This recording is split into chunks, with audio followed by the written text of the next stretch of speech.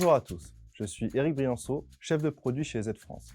Savez-vous que l'hameçonnage, ou le phishing en anglais, est la pratique frauduleuse la plus utilisée par les pirates? Facile à mettre en place et très efficace, je vous propose de couvrir ce sujet ensemble afin de s'en prémunir. Sachez qu'il est possible d'acquérir un site d'hameçonnage pour 15 € sur le dark web, permettant à presque n'importe qui de monter une arnaque facilement. De plus, avec le progrès de l'intelligence artificielle et l'émergence d'outils tels que ChatGPT, il n'a jamais été aussi simple de rédiger un email dans sa langue natale ou dans une autre langue. Les victimes sont légion.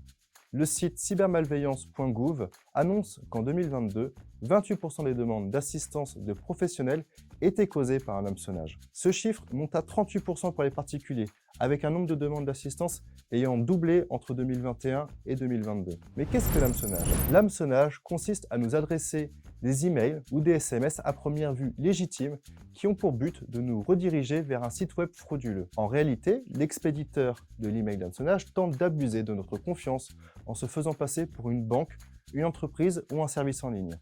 Quant aux pirates les plus assidus, ils essaieront d'usurper l'identité de l'un de vos proches ou de vos collègues. En cliquant sur le lien présent dans le mail ou le SMS, il vous sera demandé de rentrer votre identifiant et votre mot de passe, ou bien de renseigner vos coordonnées bancaires. C'est là que le pirate obtient ce qu'il est venu chercher. Pour un particulier, il verra son identité usurpée ou son compte bancaire piraté. Pour une entreprise, l'hameçonnage est souvent une porte d'entrée pour les pirates afin de pénétrer votre système d'information, permettant ensuite de déployer des menaces encore plus impactantes, telles qu'un ransomware. Comment se prémunir face à ces menaces?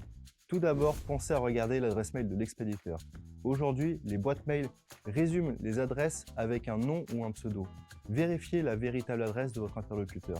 Vous serez souvent surpris de trouver des adresses mail totalement loufoques qui ne laissent aucun doute à l'arnaque. Il en va de même pour l'adresse vers laquelle le lien veut vous rediriger.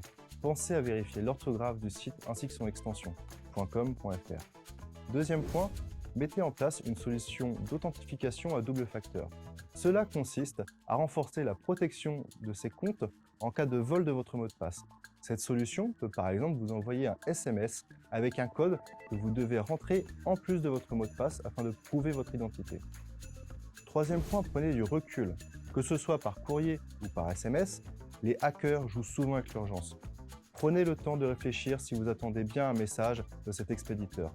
En cas de doute, rendez-vous directement sur le site officiel via votre navigateur ou bien téléphonez au service client de l'entreprise mentionné sur le site officiel.